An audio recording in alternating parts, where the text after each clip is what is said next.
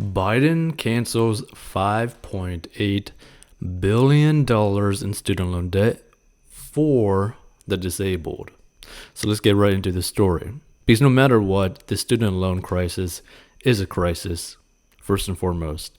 The only side note to really understand before we really get into the story is that it's basically kind of like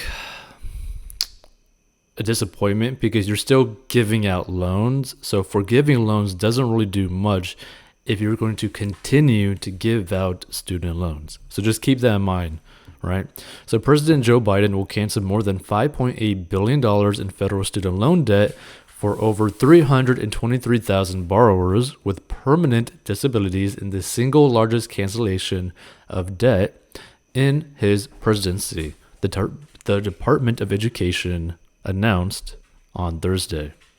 So for a second day in a row, the Biden administration announced an initiative with no connection to the ongoing Afghanistan crisis, where an unknown number of American civilians remain.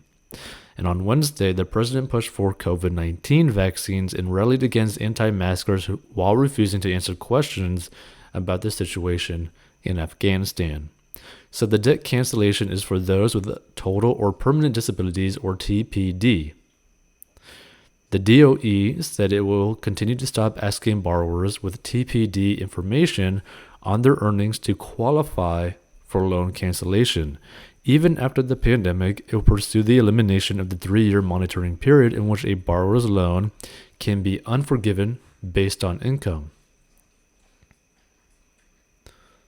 So today's action removes a major barrier that prevented far too many borrowers with disabilities from receiving the total and permanent disability discharges they are entitled to under the law, Secretary of the Education Miguel Cardona said.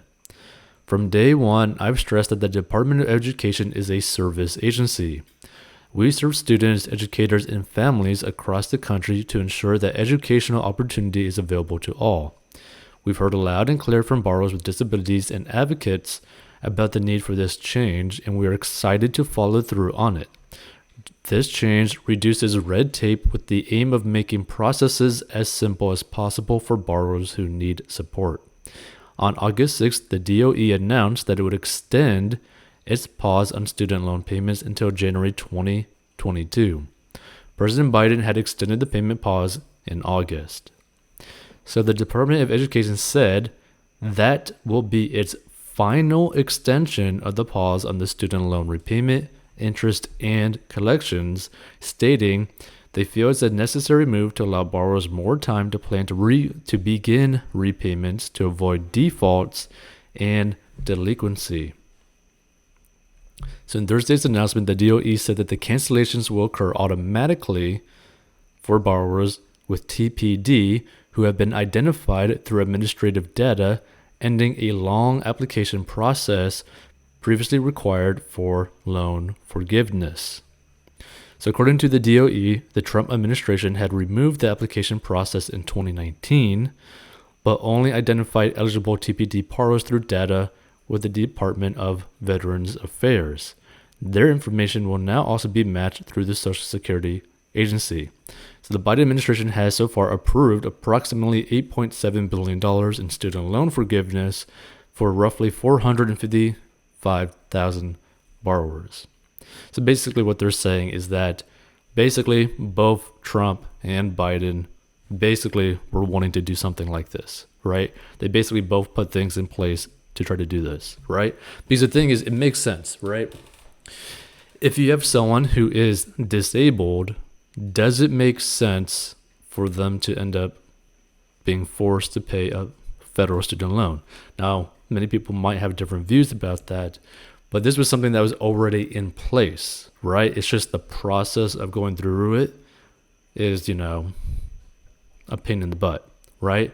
So a good example of this is basically, let's say that you have a family member that ends up having cancer and they can no longer work because for multiple years they're dealing with cancer treatment, right? Which completely destroys their body, right? And that's basically all they can pretty much do is go through cancer treatments, right? And eat food, possibly, because some find it very difficult to eat food. So in that situation, it makes sense for that individual to have their student loans basically forgiven because they are incapable of physically being able to work to pay for the debt. Like they are physically incapable of doing anything, right? Same thing with someone who might have gotten student loans and became like a quadriplegic, right? Or like just basically something that makes it impossible for them to actually make money, right? Now that being said, if you're someone who ended up, getting potentially like an accident, but you still can make money and are still making money, that's a little bit different situation, right?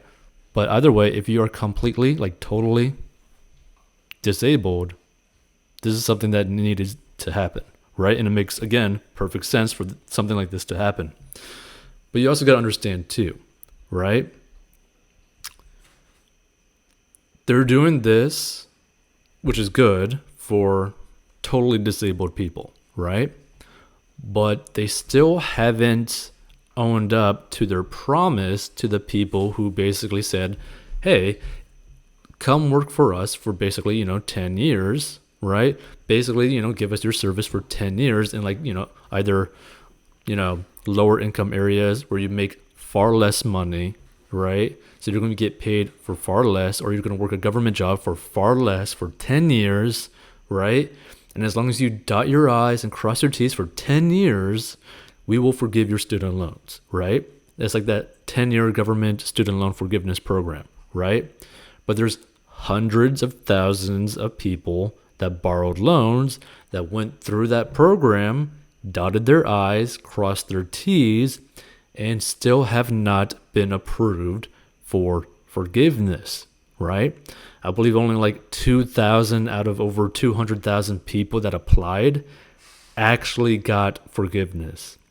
So anytime you see something like this, don't get your hopes up too much because, again, this is the government and they kind of are very inefficient, especially when it comes to student loans, right? And again, this is the thing, is like, how genuine are you actually if you say you're going to forgive, a bunch of student loans, you're going to forgive actual student loans, but at the very same time, you're still going to give out student loans, right?